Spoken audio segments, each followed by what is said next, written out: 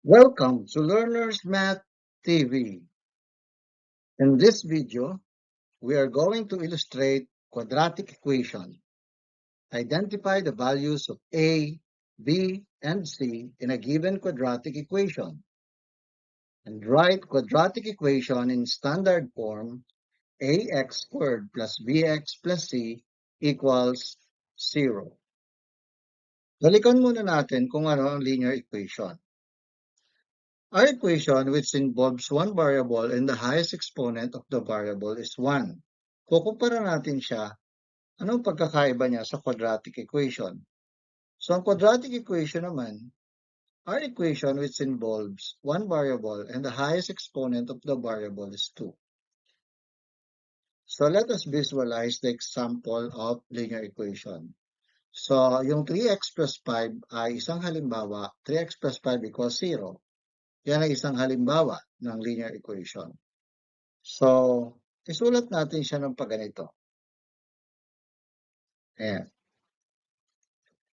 Okay, sinulat natin siya ng pagganyan. Nilagyan natin dito na exponent na 1. Binisualize natin kasi usually kapag 1, hindi naman isinusulat yan. Pero it means meron talaga diyang degree na 1. Okay? So, etong 3, ang tawag natin dyan ay numerical coefficient. Okay? Tapos itong x, ang tawag natin dyan ay variable. So whatever letter ang ginamit natin dyan, ang tawag dyan ay variable. Tapos, etong 1, yan ay tinatawag natin na degree or exponent. Tapos, etong 5 ay constant. Then, of course, meron siyang equal symbol, kaya nga siya equation. And then, doon sa kabilang side ay meron tayong 0 dapat. Okay, para mabuo siya as linear equation. Ngayon, to compare, anong pagkakaiba niya sa quadratic equation? Kunin mismo natin yung linear equation na yan. Lagay natin dito. Ayan. So, sa linear equation, generally, meron tayong dalawang term. Ang tawag natin dyan ay linear term, yung 3x, at ang tawag natin naman dito ay constant term. Tapos may equals 0. Para maging quadratic equation siya, nangangailangan tayo ng isa pang term. At ano ang tawag sa term na yan? Ayan. Ang tawag dyan ay quadratic term. Okay? Kung babasahin natin, nandyan sa quadratic term yung highest exponent ng variable. Okay? Meron siya nag-iisang variable. Di ba? X lang naman ang ginamit dito. Pero ang highest exponent ng variable niya is 2. So, ito yan. At ang tawag dyan ay quadratic term.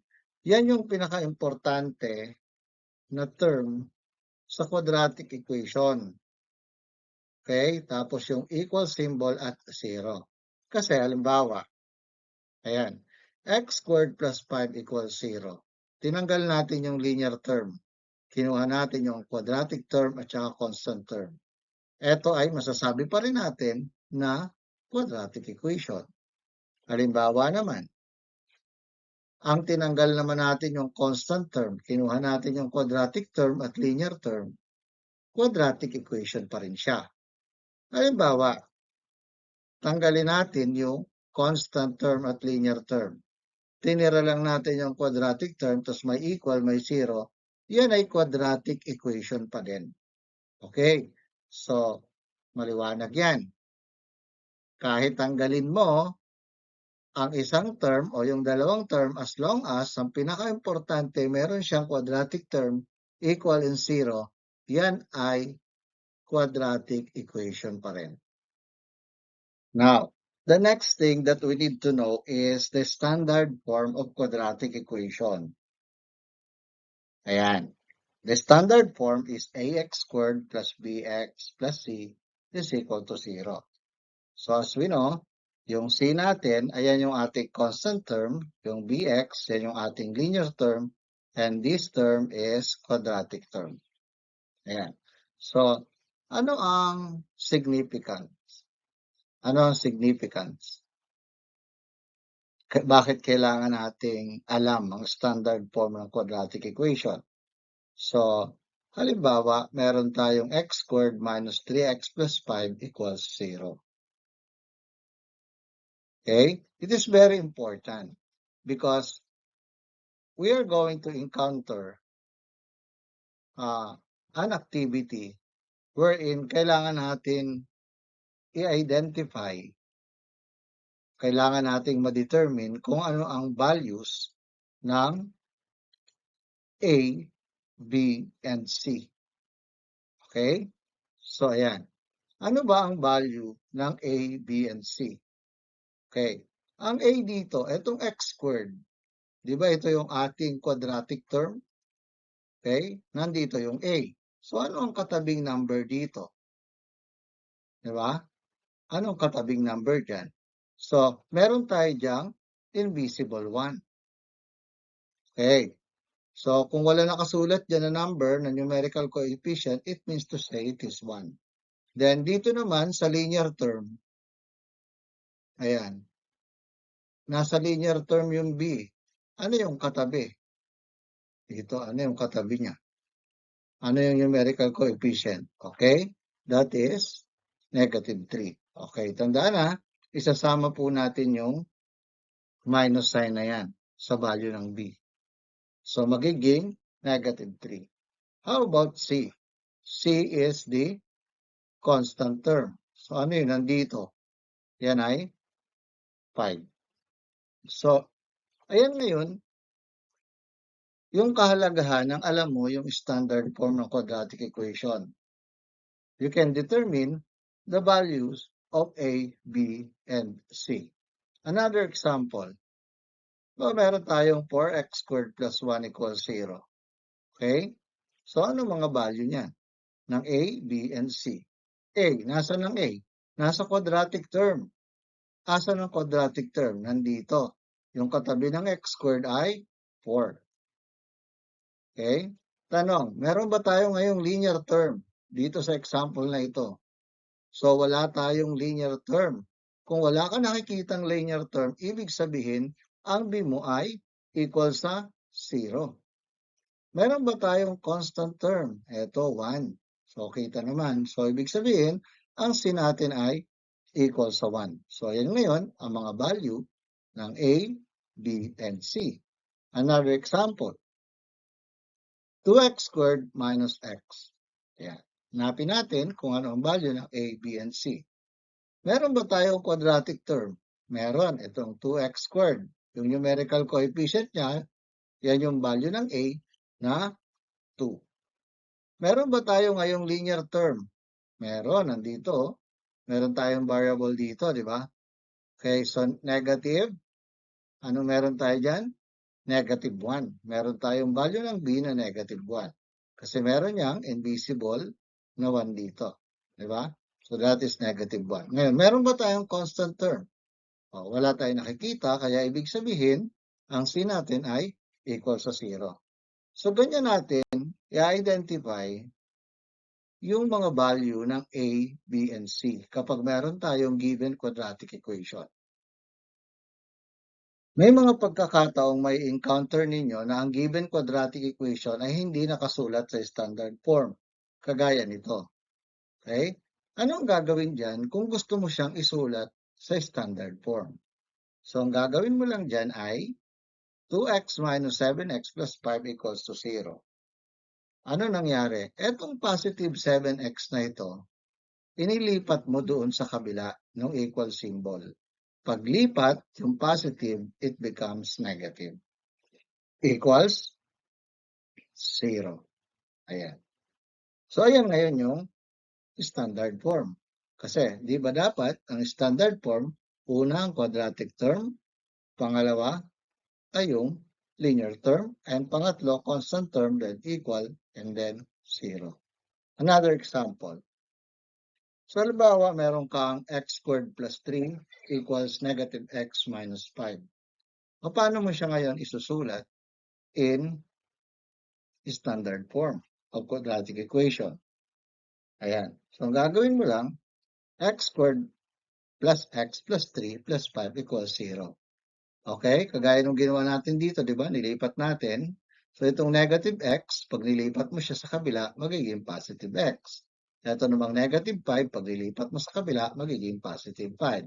And then, pagsamahin natin ngayon, etong 3 at saka 5 kasi parehas silang constant. Okay? Parehas silang constant term. So, ang mangyayari dyan ay x squared plus x plus 8 is equal to 0. So, yan ngayon yung ating standard form. Okay? So, isa pa. Halimbawa, ito, 3x squared plus 1 is equal to x squared minus 6. Okay? So, ito ay quadratic term. Di ba? Ito naman ay constant term. So, ang gagawin natin dyan, lipat natin sa kabila. Okay? So, ang mangyayari, itong x squared na to, nilipat natin, naging negative. Tapos, ito namang negative 6, nilipat natin, naging positive 6. Dito sa side na ito ng equation. So, itong kabila ngayon, 0 na lahat kasi nilipat na natin sa kabila. Ngayon, dahil parehas naman silang quadratic, tandaan, parehas silang quadratic term, pwede natin yung ngayon niya pagsamahin na. Pwede natin i-subtract. 3x squared minus x squared is equal to 2x. Di ba? Tapos, itong 1 plus 6 is equal to 7. So, if we're going to simplify that, yan ay magiging 2x squared plus 7 is equal to 0. Okay? So it is very important kasi, halimbawa, you are going to identify the value of A, B, and C. Ang given quadratic equation ay hindi nakasulat in standard form. So it is a necessity for you na isulat mo muna siya sa standard form para wag ka magkamali. Halimbawa, okay? Ang value ng A, B, and C nito ay, ito, yung A ay yung quadratic term numerical coefficient na 2. Ayan. Tapos, meron ba tayong linear term? So, wala. Kaya, dahil wala, ang B natin ay 0. Okay? Meron ba tayong constant term? Meron, itong 7. So, ang C natin ay 7. So, yan ang kahalagahan na marunong kang isulat yung quadratic equation in standard form. Magbigay pa tayo ng halimbawa. Halimbawa, meron tayong 2 times x squared plus 3 equals 0. Ang gagawin natin dyan, gamit tayo ng distributive property of multiplication para maisulat natin siya sa standard form. So, magiging 2 times x squared and then 2 times 3. So, mangyayari ay 2x squared plus 6 is equal to 0. So, ayan ngayon yung standard form ng quadratic equation. Kung kukunin natin ang mga value ng A, B, and C, so meron tayong quadratic term. Okay, ito yon. Ibig sabihin, ang A natin ay 2. Meron ba tayong linear term? Wala. So, ang B natin dyan ay 0. So, meron tayong constant term, kaya ang C natin dyan ay ito, yung 6. Okay? So, ganun. Di ba napakahalaga? Kasi kung ito ang ibinigay sa'yo na quadratic equation, if it is not written in standard form, okay, you can hardly identify the true value of A, B, and C kung hindi mo siya i-susulat sa standard form. So, another example. Ayan. Eto, x plus 3, okay, di ba, times x minus 1 equals negative 4. Okay, gagawin naman natin dito ay isi-simplify natin itong binomial na ito, di ba? Gagawin natin multiply yan So therefore, we're going to find the product of those binomial. So anong mangyari dyan? Magiging, di ba? X times x is x squared. Tapos, x times negative 1 is negative x. Then 3 times x is 3x. Then, 3 times negative 1 is negative 3. Then, equals negative 4. Okay? So, next is, etong negative 4, lipat natin sa kabila para maging 0 itong part na to ng quadratic equation. So, okay na hindi itong part, 0 na siya. So, ang gagawin na lang natin ngayon ay, okay, pagsamahin natin. Okay?